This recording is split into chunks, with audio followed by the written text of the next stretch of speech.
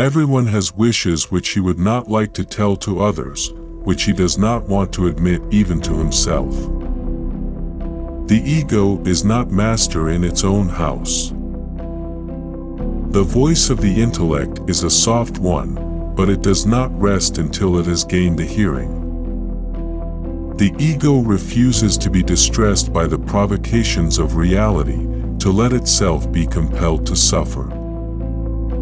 The pleasure of satisfying a savage instinct, undomesticated by the ego, is incomparably much more intense than the one of satisfying a tamed instinct. Where ID was, their ego shall be. In mourning, it is the world which has become poor and empty. In melancholia, it is the ego itself. One might compare the relation of the ego to the ID with that between a rider and his horse.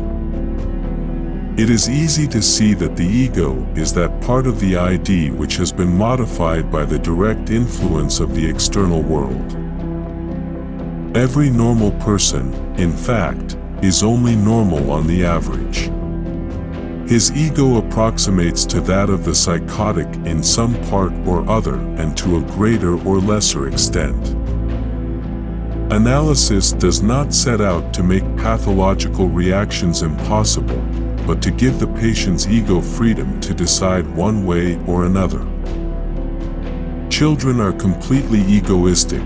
They feel their needs intensely and strive ruthlessly to satisfy them. The functional importance of the ego is manifested in the fact that normally control over the approaches to motility devolves upon it. Towards the outside, at any rate, the ego seems to maintain clear and sharp lines of demarcation.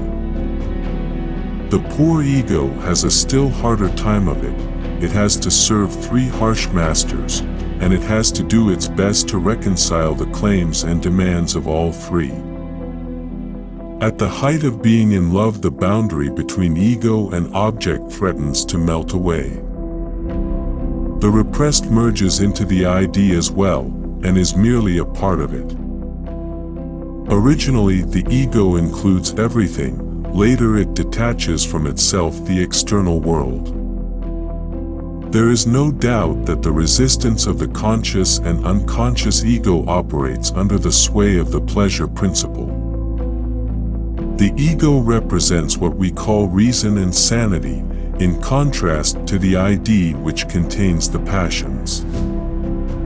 Neurosis is the result of a conflict between the ego and its ID. A transference neurosis corresponds to a conflict between ego and ID. The repressed is only cut off sharply from the ego by the resistances of repression. It can communicate with the ego through the ID. A woman should soften but not weaken a man. The ego feeling we are aware of now is thus only a shrunken vestige of a far more extensive feeling. Which quote is your favorite? Share your opinion in the comments. Don't forget to like, subscribe, and turn on notification bell so you don't miss out the next video. Thanks for watching.